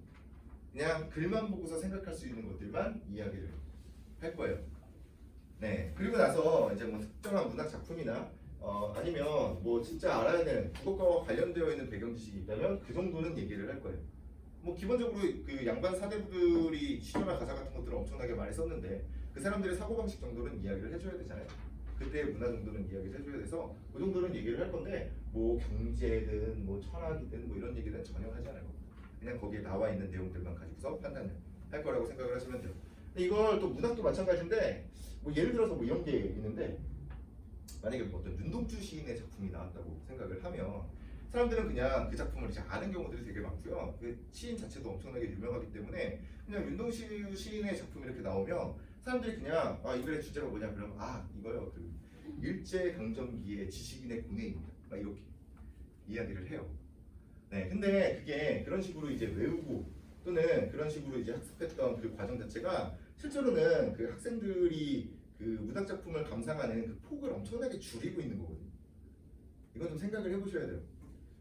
이게 사실 우리가 해야 되는 일은 뭐냐면 그 문학 작품을 딱 보고 아 이 사람이 무언가 현실에 불만족하고 있구나. 근데 그 불만족하고 있는 이유가 본인을 계속해서 성찰하다 보니까 내가 여기에 무언가 적응을 잘 못하고 있어. 또는 내가 무언가 부끄러움을 느끼는 경우가 있는데 아 다른 사람들과의 어떤 비교 대조를 통해서 다른 사람들은 무언가를 하고 있는데 나는 그걸 못하고 있어. 그래서 이 사람은 계속해서 부끄럽다고 자기 고백을 하고 있어. 사실 거기까지만 알면 돼요. 작품에 대해서. 근데 여기까지만 알면 된다라고 얘기하면 학생들은 답답해해요. 왜냐면 이게 일제강점기에 뭐라는 걸 알고 싶은 거예요. 무조건. 근데 그런 걸 문제를 내지 않아요. 만약에 그 일제강점기가 중요하면 보기에 이렇게 제공을 해준다고. 그래서 문학 작품을 얼마나 이제 온전하게 이해를 하느냐가 훨씬 더 중요하다는 말씀입니다.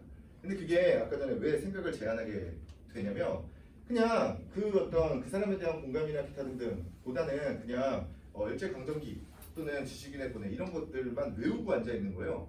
근데 사실 그걸 생각해 보면 그 시의 내용을 이렇게 보면 일제강점기에만 해당하는 내용이 아니거든요. 현대인들도 충분히 생각해 볼 수 있는 그런 내용들입니다. 게다가 어디까지도 생각을 해볼 수가 있냐면 그 자기 자신에 대해서 계속해서 성찰하면서 부끄러워하는 부분들을 계속해서 어떤 작품으로 똑같은 거의 내용 다 비슷비슷하거든요. 비슷비슷한 작품들이 계속해서 나오고 있단 말이에요. 그럼 그런 것들을 이렇게 학생들이 보면서 아 이 사람은 되게 훌륭한 사람이구나 이런 생각도 해볼 수가 있죠. 아 이건 뭐 이제 감상적으로 접근하는 게 아니라 이성적으로 생각해 보는 거예요. 논리적으로. 왜 훌륭하냐면 일반적인 사람들은 자신의 어떤 부끄러운 부분들, 치부를 드러내려고 시도를 안 하죠. 일단 자기 자신을 돌아보는 것 자체를 거의 안 하죠. 만약에 내한테 무슨 잘못이나 부끄러움이 있다면 대부분의 경우에는 무언가 감추려고 하거나 정당화하려고 하죠. 그렇죠? 근데 아 이렇게 훌륭한 사람도 있구나 이런 생각까지도 해볼 수가 있다고요. 일반적으로 어떤 작품을 감상한다라고 얘기하는 건 이게 그 어떤 감상적인 또는 뭔가 감성적인 그런 태도가 중요한 것이 아니라 그것을 어떤 여러 상황에 이성적으로 생각을 해가면서 퍼뜨려 볼 수가 있는 게 중요한 거죠. 다각도로 생각을 펼쳐낼 수 있는 게 중요한 거예요. 네, 그리고 나서 일제강점기가 나오면 아, 이 부분에선 이렇게 구체적으로 구체화가 되는구나. 이렇게 판단을 할 수 있어야 되는 겁니다. 그래서 글 자체를 보고서 먼저 판단하게끔 만드는 것이 훨씬 더 중요하다고요. 밑에 질문과 답변으로 특정 주제에 대해서 자유롭게 토론한다라고 얘기를 하는데 뭐 자유롭게 토론이라고 얘기하기는 너무 거창하기는 하고요. 저는 원래 뭐 지금도 몇 가지 질문을 던지긴 했지만 수업 시간에는 질문을 엄청나게 많이 합니다. 그래서 최대한 말을 좀 많이 할 수 있도록 본인이 그 어떤 답의 확신을 가지고서 근거를 이야기할 수 있도록 최대한 이렇게 이야기를 하고 있어요. 네, 게다가 그 계속해서 질문을 하는 이유 중에 하나는 아까 전에 말씀드린 것처럼 학생들의 어떤 어휘 능력이나 문해력을 향상시키기 위한 것이기도 하고 또 하나는 제가 그 학생들이 어디까지 알고 있는지 이렇게 선을 긋기 위해서이기도 해요. 그래서 어디까지 내가 설명을 해야 되는지를 계속해서 확인하기 위해서이기도 합니다. 저희는 그 입반 테스트가 없거든요. 입반 테스트를 보지 않아요. 사실 입반 테스트 보러 가면 막 합성어냐 파생어냐 뭐 이런 이상한 거 물어보고 비문학 지문 되게 이상한 거 하나 갖다 놓고서 일단 시험 못 보게 하고 일반적으로 그렇거든요. 저도 옛날에 그랬어요. 네, 그래서 시험을 못 보게 하고 지금 아주 심각한 상태입니다. 학원을 꼭 다녀야 될 것 같습니다. 이렇게 얘기를 하죠. 네, 아무 의미가 없고요. 어쨌든 제가 궁극적으로는 수능시험은 어려운 시험이 아니다라고 생각하기 때문에 누구나 할 수 있다고 생각하기 때문에 일단은 입반 테스트를 보지 않고요. 근데 그럼에도 불구하고 어쨌든 지금 현 상태에서의 어떤 문해력들은 다들 다를 거 아니에요. 그렇죠? 그래서 계속해서 좀 확인을 하는 편이라고 생각하시면 돼요. 그래서 수업 시간이 길어지는 경우들이 좀 오버되는 경우들이 조금 종종 생기기도 합니다. 네, 어쨌든 그런 식으로 수업을 진행하고 있다는 것. 네, 점검을 어떻게 하는지를 보시면 테스트를 볼 때 30분이나 40분 정도 테스트를 볼 때 저는 놀 수 없잖아요. 그렇죠? 그래서 제가 먼저 과제장을 걷어서 일단 특정 부분들, 좀 이상한 부분들에 대해서 체크를 쭉 합니다. 네, 체크를 쭉 하고요. 그리고 그 체크된 내용을 바탕으로 해서 조교분이 이제 타이핑을 해주시는 서술을 그 첨삭을 직접 해주십니다. 근데 애초에 이 조교분이랑 저랑은 계속해서 이야기를 하고 있고, 그래서 그 어떤 그 제가 쓴 예시 답안도 다 공유를 하고 있고, 네, 그리고 이게 어느 부분에서 많이들 틀리더라라고 하는 것들도 다 이야기가 되어 있어요. 그래서 엄청나게 잘 그 첨삭을 해주실 거고요. 그 다음에 수업이 끝나고 나면 어쨌든 첨삭 내용이 나가고 그리고 이 예시 답안도 같이 나가거든요. 그러면 그거를 이제 비교 대조해가면서 한번 읽어보는 과정이 있으면 되죠. 그리고 중간에 이제 마지막에 과제 중 클리닉이라고 되어 있는 부분이 있는데 이 클리닉은 저희는 뭐 강제로 무조건 와라 이런 얘기는 절대 하지 않습니다. 그런 얘기는 안 하는데 일단 뭐 과제가 다 서술형이다 보니까 무언가 어려움을 느끼고 있는 그런 학생들 같은 경우는 좀 이렇게 자율적으로 오게끔 또는 강제로 와야 되는 경우가 있기는 있는데 언제 오냐면 제가 생각한 수준 이하로 숙제를 했을 때는 부릅니다. 그래서 평일에 주말에 수업이 있을 때 같은 경우에는 약간 그 제가 얘기할 수 있는 시간이 제가 주말에 수업이 꽉 차 있어서 그 얘기할 수 있는 시간이 별로 없어서 평일에 약속을 따로 잡아요. 네, 그래서 이렇게 와서 할 수 있도록 이렇게 제공을 하고 있다는 거 확인을 하시면 될 것 같습니다. 네, 과제장이 제일 궁금하실 텐데 네, 과제장을 좀 보시면 과제장이 두 개가 있어요. 그 책상 그림 있는 그 프린트가 두 개가 있는데요. 하나는 조금 더 깨끗할 거고 하나는 조금 지저분한 걸 텐데 그 깨끗한 건 실제로 나가는 거 빈칸으로 뚫려 있고요. 그리고 그 조금 지저분한 건 실제로 학생들이 그 숙제를 하고 제출을 하면 저희가 항상 이걸 스캔해서 보관하는 것들입니다. 스캔해서 보관하는 내용은 그 첨삭 내용과 함께 나중에 상담 자료 같은 것들로 쓰이겠죠. 학생의 상태를 파악하는 데 도움이 되는 거다라고 생각하시면 되고요. 일단 뭐 첫 부분 보시면 그냥 정답의 근거를 쓰는 거예요. 네, 그 국어 공부를 할 때 사람들이 이거는 감이야 이렇게 생각하는 경우들이 있는데 실제로 그런 경우는 없어요. 답을 감으로 부르는 건 없어요. 본인이 그걸 설명하지 못할 뿐입니다. 그래서 그 설명하는 과정들을 구체적으로 써봐라 라고 얘기를 하는 거예요. 네, 그래서 정답의 근거를 쫙 씁니다. 그날 푼 문제들에 대해서 다 쓰고요. 그 다음에 비문학 지문이 있으면 그 비문학 지문을 그 문장을 몇 문장 이렇게 뽑아서 문장을 바꿔서 써보는 연습 또 조금 해볼 거고요. 그리고 중간중간에 어떤 내용이 나올지에 대해서 좀 예측하는 부분들도 있을 거고요. 그리고 정통 요약도 있습니다. 문단별로 요약하고 전체 요약하는 그런 부분들 이렇게 구성이 되어 있어요. 실제로 네, 정리를 해보는 거죠. 네, 그리고 뭐 문학이 등장을 하면 소설 나오면 마찬가지로 장면별로 소설 내용을 요약을 하거나 아니면 앞뒤에 빠져있는 내용들은 무엇이었을까 앞뒤의 내용을 추론을 해보거나 이런 부분으로 구성이 되어 있고요. 만약에 시가 나오면 논문을 산문으로 바꿔 쓰는 연습들 또는 표현법들을 한번 찾아보는 것들 네, 또는 이 수적화자의 정서나 태도 같은 것들을 파악해보는 연습 이런 것들을 하게 될 겁니다. 네, 그리고 어휘 쪽이 조금 중요한데 맨 뒷부분이 어휘인데 한 페이지에 7개밖에 안 들어가 있거든요. 네, 한 페이지에 7개요. 이 종이 낭비처럼 보이시겠지만 실제로 그렇지는 않습니다. 다들 세 줄로 쓰고 있어요. 여기에도 세 줄, 거기에도 세 줄, 그쵸? 세 줄을 쓰고 있는데 첫 번째는 무조건 이 단어가 무슨 뜻일지 먼저 써보는 거예요. 유의어나 동의어를 써도 되고요. 뭐 반의어를 부정해도 되고요. 쉽게 서술해도 되고 아무 상관없습니다. 네, 그래서 이 학생 같은 경우는 유형이 모양이 있는 이라고 생각을 해본 거야. 이렇게 보는 거죠. 네, 그래서 모양이 있는 이라고 생각을 해봤고요. 이 학생은. 두 번째는 사전 찾는 거죠. 사전 찾아서 사전적 정의를 직접 써보는 거고. 그럼 얘가 다음 주 주관식 테스트가 되는 거예요. 주관식 문제가 되는 거예요. 세 번째는 예문 하나. 이렇게. 그래서 단어 찾는데도 최대한 좀 시간을 쓸 수 있도록 이렇게 쓰고 있고요. 그리고 요새는 다들 이제 그 인터넷 사전 사용하잖아요. 종이 사전 이제 거의 사용하지 않죠. 네, 좋습니다. 인터넷 사전. 네, 인터넷 사전을 사용하면 가장 좋은 점이 뭐냐면 한자를 바로바로 체크를 할 수 있다는 거예요. 목표를 따로 찾을 필요가 없죠. 그렇죠? 그래서 만약에 유형 있으면 이 학생 같은 경우는 있다, 요 모양 이렇게 써놨죠. 그렇죠? 이걸 그냥 클릭만 해보면 되거든요. 이걸 한 번씩 확인해 보는 겁니다. 이게 의외로 그 학생들의 어떤 어휘력 향상에 엄청나게 큰 도움이 돼요. 실제로 어른들은 그 진짜 처음 보는 그 어떤 단어가 있어도 대충 무슨 뜻인지 알거든요. 그렇죠? 그게 각각의 글자가 가지고 있는 의미가 뭔지 대충 알기 때문에 그래요. 그래서 이런 것들, 게다가 우리말은 그 한자어가 너무 많잖아요. 그래서 이런 과정들을 통해서 어휘력이 향상될 수 있다라고 보시면 되고요. 아까 말씀드린 이 시조는 이게 다른 어떤 과제들은 다 복습의 개념이거든요. 그래서 별로 쓰는데 그렇게 어렵지 않을 거예요. 근데 이 시조만 제가 예습으로 냅니다. 그냥 제가 설명해주고 그걸 외워와라. 전 그런 걸 되게 싫어하기 때문에 그래요. 그리고 아까 전에 말씀드렸다시피 시조는 또는 고전 시간은 무조건 우리말이다. 이건 읽어내는 거다라는 인식이 생겨야 돼서 그렇습니다. 근데 뭐 뇌정이 파산하여도 이런 말이 갑자기 나와요. 그럼 잘 모르겠죠. 그렇죠? 그럼 모르는 부분이 있으면 가로를 쳐놓는 거예요. 내가 모르는 부분이 뭐고 아는 부분이 뭔지를 체크를 하는 거죠. 그리고 쓸 수 있는 부분만 이렇게 씁니다. 그리고 나서 교재에 항상 그 뒤에 이거에 대한 해석이 있어요. 이 해석이 있으면 그거 보고서 체크를 해보는 거예요. 아, 뇌정이 파산하여도 쪽은 번개가 산을 끼어도라는 뜻이구나. 그래서 어떤 단어가 어떤 의미인지 또는 옛날의 어떤 문장 구조가 현대의 문장 구조와 어떻게 다른지 를 계속해서 판단을 스스로 해보라는 거예요. 그리고 나면 이제 다음 시간에 이 시조의 내용에 대해서는 제가 다시 설명을 합니다. 네, 이렇게 구성이 되어 있어요.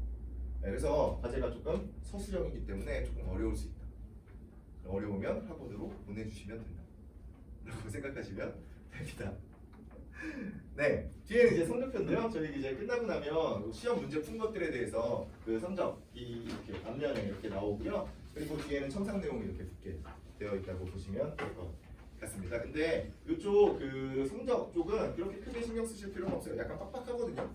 그래서 좀 읽어보는 것에 집중을 해라라고 이야기를 하고 있기 때문에 그렇게까지 뭐 관심 있게 보실 필요는 없고요. 더 뒤에 이제 과제장 첨삭 부분은 좀 같이 읽어보시면 좋을 것 같습니다. 그래서 이제 예전에 그 부모님들이 이렇게 찾아오셔서 상담 같은 거 하면 일단 제가 처음 물어보는 게 성적표 좀 확인해 보셨냐고. 그러면서 이제 저도 이제 성적표 이렇게 뽑아놓고 같이 이야기를 하거든요. 근데 그 이야기를 딱 들었더니 어떤 어머니께서 이 학원에 성적표가 나오냐고 그런 말씀을 하시더라고요. 네, 그래서 그 다음부터는 이 첨삭 내용을 문자로 다 보내드리고 있습니다. 네, 마지막엔요 질문과 답변 시간인데요. 저한테 시간을 조금만 더 주세요. 네, 자주 물어보시는 질문들을 제가 미리 뽑아놨거든요. 네, 간단하게 말씀을 드릴게요. 과제가 다 서술형이다 보니까 시간이 얼마나 걸리는지 이렇게 물어보시는 분들 많이 있으신데요. 과제는 제가 애초에 이 수업을 기획을 했을 때 하루에 한 30분에서 1시간 정도를 투자를 해서 한 일주일에 4일이나 5일에 이렇게 걸쳐서 했으면 좋겠다 라고 생각을 했어요. 그래서 진짜 빨리 하면 한 2시간 남짓이면 할 수 있고요. 조금 오래 걸리면 진짜 한도 끝도 없이 오래 걸릴 수도 있습니다. 네, 그래서 예전에 있는 학원, 예전부터 다른 학원에 있을 때부터 그 컴플레인이 좀 많이 들어왔어요. 국어 숙제를 하는데 애가 7시간이 넘게 걸리더라. 막 이러면서 막 컴플레인이 막 들어왔거든요. 근데 제가 이렇게 곰곰이 생각을 해봤는데 아무런 문제가 되지 않거든요. 왜 그러냐면 일단 다른 과목이랑 일단 비교하는 건 좀 웃기긴 하지만 수학 숙제하는 시간에 비하면 7시간이면 뭐 일주일에 7시간이면 하루에 1시간인데 아무것도 아니지 않습니까? 아닌가? 게다가 만약에 7시간이 걸린다. 실제로 익숙해지면 그렇게 걸릴 리가 없거든요. 근데 7시간이 걸린다라고 얘기하는 건 결국에 그 학생이 뭐 딴짓하는 거면 문제가 있겠지만 그 학생이 이거 한번 써보겠다고 지금 머리 싸매고서 한번 노력하고 있는 거잖아요. 그러면 사실 그거보다 좋은 국어 공부가 어디 있겠어요. 그래서 아무런 문제가 생기지 않는다. 아무런 문제가 없다라고 저는 생각하고 있어요. 네, 어쨌든 익숙해지면 좋은데 익숙해지기까지 어려우면 학원으로 보내주시면 된다. 그래서 특정 경우에는 실제로 여기 와서 숙제하는 학생들도 있어요. 네, 제가 사실 되게 가난하거든요. 제가 되게 가난해요. 돈이 별로 없는데 제가 사실 수업을 하려면 이 정도 강의실도 사실 별로 필요 없겠죠. 20몇 개 정도의 책상을 놓으려면 다른 학원 가면 이렇게 이 강의실이 지금 책상이 28개 정도 들어가 있는데 다른 학원의 어떤 책상으로 채우잖아요. 여기가 50석이 넘는 강의실이거든요. 네, 근데 제가 굳이 이렇게 놓고 그리고 저 옆에도 강의실이 2개가 더 있어요. 물론 이 정도 크진 않아요. 2개가 더 있습니다. 근데 제가 가난함에도 불구하고 이걸 이렇게 만들어 놓은 거 그냥 학생들이 학원에 조금 편하게 와서 공부를 했으면 좋겠다고 생각을 하고 있기 때문입니다. 그래서 좀 적극적으로 보내주시면 돼요. 밑에 쓰기를 싫어하는 이과 남학생도 과제를 할 수 있냐? 이런 말씀 많이 하시는데요. 네, 일단 뒤에 남학생부터 말씀을 드리면 요새는 그런 세상이 아닙니다. 남녀가 차이가 있는 그런 세상이 아닙니다. 개인 차이가 있는 세상입니다. 그래서 아무 상관이 없어요. 근데 보통 이제 우리는 남학생인데 어쩌고 저쩌고 이렇게 말씀하시는 분들이 계신데 네, 상관없습니다. 네, 이걸 증명하는 게 바로 여러분께 드린 그 샘플입니다. 여기 아까 전에 그 PPT에 띄웠던 건 여학생이 쓴 거고요. 지금 그 보고 계신 그 과제장에 있는 건 남학생이 쓴 겁니다. 네, 실제로 그 다른 학년 같은 경우에는 이게 진짜 막 깨알같이 쓴 학생도 있거든요. 다른 샘플 나가는 것 중에 하나가 진짜 깨알처럼 막 더 많이 엄청나게 많이 이렇게 진짜 조그만 글씨로 써놓은 그 학생도 있는데 그 학생도 남학생입니다. 그래서 남녀의 구별은 없다라고 생각하시면 되고요. 그리고 이과를 걱정하시는데 이과생이 저는 개인적으로는 더 유리하다고 생각하는 사람이에요. 제가 만약에 어떤 감상적인 글을 쓰게 만든다면 그 문과생이 훨씬 더 유리하겠죠. 근데 이건 무언가 이성적인 또는 논리적인 글을 써야 되는 거기 때문에 이과생이 훨씬 더 유리하다고 생각을 해요. 그 생각하는 이유가 그 이과생들이 맨날 하는 게 수학 문제 푸는 건데 수학 문제 푸는 과정이 이렇게 중간에 등호를 놓고 양쪽에 이렇게 수식을 쓴단 말이에요. 그리고 밑으로 쭉 이어서 쓰죠. 그렇죠? 이게 한 줄이 하나하나의 문장이라고 가정을 하면 이게 똑같은 내용이거든요, 사실. 그게 연역 추론이에요. 네, 그래서 그 연역 추론에 익숙해져 있는 학생들이기 때문에 아무 상관이 없다라고 말씀을 드리고 싶고요. 네, 쓰기를 싫어하는 이 나오면 제가 이거 10여 년 동안 항상 고개 숙여 사과드립니다. 죄송합니다. 제가 어떻게 해드릴 수가 없어요. 쓰기를 싫어하는 제가 어떻게 해드릴 수가 없어요. 저도 싫거든요. 특정 경우에 글을 쓰다 보면 이건 누구에게나 있는 일들인데 뭐 재밌는 글들 이렇게 쓸 때는 일기 쓰고 이런 건 재밌겠죠. 근데 무언가 논리적인 글을 쓰거나 무언가 요약 정리하는 글을 쓰다 보면 답답함을 느낄 수 있는 경우들이 엄청나게 많이 있어요. 그러면 이게 내가 이것조차도 이해를 못하고 라는 생각이 들 수도 있고 그냥 뭐 단순하게 짜증이나 어떤 답답함을 느낄 수도 있어요. 그건 쓰기가 싫어요. 귀찮기도 하고. 근데 결국에는 이 귀찮은 과정을 이겨내야 성적이 올라요. 이건 제가 뭐 논술부터 시작했으니까 학생들한테 얼마나 많이 써보게 했겠어요. 성실하게 쓰는 학생이 결국에 올라요. 네, 게다가 저는 이거 학원 선생님들한테도 써보게 했거든요. 왜냐면 제가 뭐 해설지를 뭐 평생 따라다니면서 다 이렇게 써줄 수는 없잖아요. 물론 공유할 수 있는데 그쵸? 제가 어차피 해야 되는 거면 할 수 있는데 어쨌든 그걸 뭐 평생 써줄 수도 없으니까 어쨌든 본인들도 이제 써봐야 되잖아요. 근데 재밌는 건 뭐냐면 대부분의 어떤 학생이나 그 선생님들은 잘 안 쓰려고 해요. 학생들은 그냥 말로 때우려고 하죠. 그냥 선생님 저 이거 알아요. 저 이런 내용이잖아요. 이렇게 보통 얘기를 하고요. 그리고 그 선생님들 같은 경우는 야 내가 국어 수업을 몇 년을 했는데 이걸 못 쓰겠냐 라고 얘기를 합니다. 근데 실제로 직접 무언가를 써보지 않은 사람은 그 과목을 수업을 하고 있음에도 불구하고 국어 능력이 향상되지 않습니다. 물론 여러분들이 확인할 수 있는 방법은 없어요. 다들 자기가 썼다고 이야기를 할 테니까. 네, 근데 실제로 제가 일선에서 보아온 과정을 생각해 보면 실제로 국어 능력이 향상되지 않아요. 그러면 원래 이제 그냥 보통 어느 정도가 되는 이제 수능 강의를 하는 사람 중에 어느 정도가 되는 사람은 자료가 필요가 없어요. 그냥 수능 기출 문제만 보면 돼요. 이것만 가지고서 그냥 주구장창 보고 있으면 됩니다. 이 문장이 어떻게 문제로 구성이 되고 있구나 이것만 보면 되거든요. 근데 이게 안 되면 결국에는 배경 지식을 끌어올 수밖에 없고요. 그리고 온갖 참고서들 같은 것들을 이렇게 확인을 해가면서 답을 설명할 수밖에 없는 그런 문제들이 생겨요. 근데 그걸 여러분들이 확인하실 수는 없겠지. 네, 그래서 어쨌든 쓰기의 효과는 확실하다. 근데 귀찮다. 네, 그 부분 강조드리고 싶고요. 밑에 어려서 책을 많이 안 읽었어도 상관없냐라고 말씀을 하시는데 네, 아무 상관없습니다. 네, 책을 많이 읽었을 때 긍정적인 효과를 가지고 오는 경우가 많이 있죠, 물론 있는데 반대로 부정적인 효과를 가지고 오는 경우들도 많아요. 특히 이 동네는 엄청나게 많습니다. 대부분 그 어렸을 때 독서 토론 학원 같은 데를 보내시는 그런 어떤 패턴들을 생각해 보시면 일단 학원을 선택하실 때 커리큘럼을 이렇게 딱 보고 그 학원에서 이제 어떤 책을 읽히는지를 이렇게 쫙 보고서 되게 어려운 책들을 이렇게 두껍고 어려운 책들을 읽히면 아 여기 되게 수준 있는 데다 여기를 보내자라고 보내시거든요. 네, 그럼 망해요 대부분. 물론 그 중에서 진짜 뛰어난 학생이 있어서 성공하는 경우도 있는데 그 뛰어난 학생은 그 학원을 안 다녀도 아무 상관없이 성공하는 학생이었던 거고요. 대부분은 망합니다. 이게 왜 그럴 수밖에 없냐면 읽어낼 수가 없어요. 그 기간 동안. 네, 그건 그 학원 강사도 못 읽어요. 정의론을 2주 동안 어떻게 읽습니까? 못 읽어요. 학생들은 더 심하죠. 학생들은 그것만 읽고 있는 게 아니에요. 수학도 가야 되고 영어도 가야 되고 과학도 가야 되는데 그 책을 어떻게 읽어요? 못 읽어요. 그럼 이제 학생들이 그냥 빨리빨리 대충대충 읽는 그런 습관을 들이고 그리고 그거에 대한 어떤 테스트들을 보기 위해서 무언가 인터넷에서 그거 내용 요약된 것만 찾고 실제로 글 자체를 온전히 읽어보질 않는다니까요. 그런 습관들이 들어버리면 사실 그 독서 습관 자체가 그렇게 굳어지기 때문에 결국에 국어 시험을 못 봅니다. 되게 웃긴 게 뭐냐면 그 수학이나 과학이나 이런 영어나 같은 경우는 다른 동네랑 이쪽 동네랑 격차가 좀 크거든요. 격차가 큰데 국어는 물론 조금 있기는 한데 그만큼 크지가 않아요. 네, 이게 어렸을 때부터 엄청나게 시켰을 때 오히려 역효과가 나는 경우들이 있기 때문에 그렇다고 생각하시면 됩니다.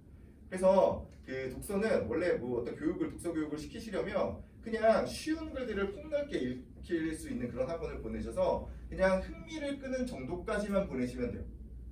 그리고 나서 실제로 독서는 혼자 하는 겁니다. 네, 아니면 뭐 친한 사람이랑 둘이 하거나 이런 식으로 하는 게 진짜 독서라고 생각하시면 돼요.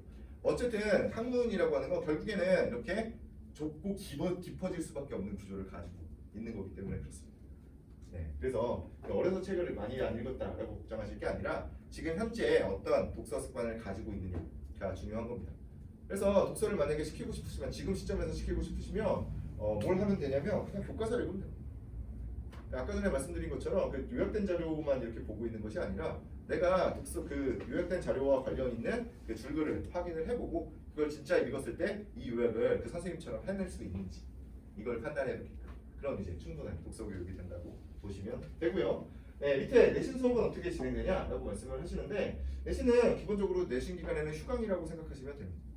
네, 이건 뭐 1학년 때도 많이들 겪어보셨겠지만 애초에 막 아 나 여기가 너무 좋아라고 이렇게 생각을 하다가도 그렇죠? 유명 학원이 있으면 가게 되어 있어요. 이 대부분. 그렇죠? 그래서 그쪽으로 가고 그리고 사실 그 내신 수업은 뭐 원하는 학생이 있으면 그냥 한 명이든 두 명이든 그냥 하기는 합니다. 네, 근데 대부분은 그냥 휴강이라고 일단은 그냥 휴강이라고 생각하시는 게 좋을 것 같습니다. 그리고 만약에 무언가 자료가 필요하다거나 그러면 제가 뭐 문학이다 그럼 이제 2학년 1학기면 대부분 이제 문학하니까 문학이다 그러면 그거과 관련되어 있는 어떤 모의고사 문제들 같은 경우에는 제가 이렇게 묶어서 주기도 하고 그리고 시험 보기 전에 뭐 만약에 어떤 요청이 있으면 일주일쯤 전에 공부가 어느 정도 됐다고 가정을 하고 몇 가지 정도 이제 질문과 답변 정도 할 수 있게끔 어려운 부분들 조금 설명할 수 있게끔 와서 뭐 1시간이나 뭐 30분에서 한 2시간 사이 그 정도 얘기를 하는 그런 경우들은 있다라고 보시면 될 것 같습니다.